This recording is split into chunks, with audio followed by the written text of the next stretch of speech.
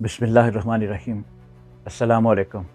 कभी आपने सोचा है कि इंसान का दिमाग उसकी पूरी ज़िंदगी बदल सकता है? आप जैसा सोचते हैं वैसे ही फैसले करते हैं, वैसे ही महसूस करते हैं और आहिस्ता आहिस्ता वैसे ही ज़िंदगी बनने लगती है। दुनिया आज इसे लॉ ऑफ अट्रैक्शन यानी कानून कशिश कहती है। इस नज़रिए के मुताबिक इंसान जिस चीज़ पर बार बार तवज्जो देता है, उसकी सोच, जज्बात और यकीन उसी सम्मत में उसकी ज़िंदगी को ले जाने लगते हैं। अगर इंसान हर वक्त खौफ, नाकामी और मायूसी का सोचे तो उसका जिस्म भी वैसा ही रद्द अमल देना शुरू कर देता है। और अगर वो उम्मीद, हिम्मत और कामयाबी का यकीन पैदा करे तो दिमाग जिस्म के अंदर ऐसे केमिकल्स और हार्मोन्स का इखराज करता है जो इंसान की कारकर्दगी बदल देते हैं।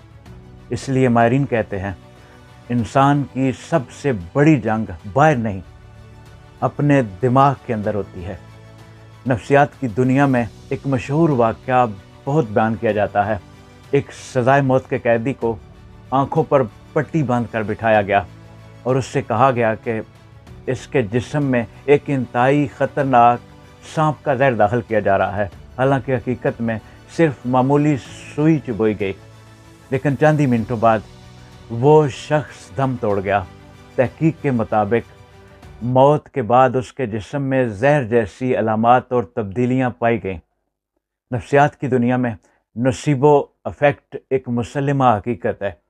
यानी अगर एक इंसान किसी मनफी चीज़ पर मुकम्मल यकीन कर ले तो उसका जिस्म भी वैसा ही रद्द-ए-अमल देना शुरू कर देता है।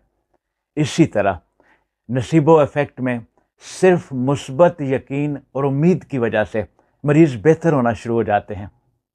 यही वजह है कि सोच सिर्फ एक सोच नहीं होती, ये इंसान के जिस्म, जज्बात और फैसलों पर गहरा असर डालती है।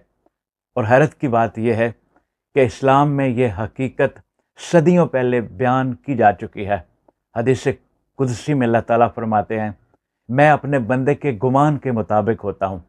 यानी बंदा जैसी अल्लाह से उम्मीद रखता है, अल्लाह को अपने साथ वैसा ही पाता है।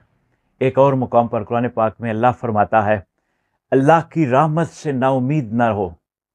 और नबी करीम सल्लल्लाहु अलैहि वसल्लम ने फरमाया, ताकतवर मोमन कमज़ोर मोमन से बेहतर और अल्लाह को ज़्यादा महबूब है।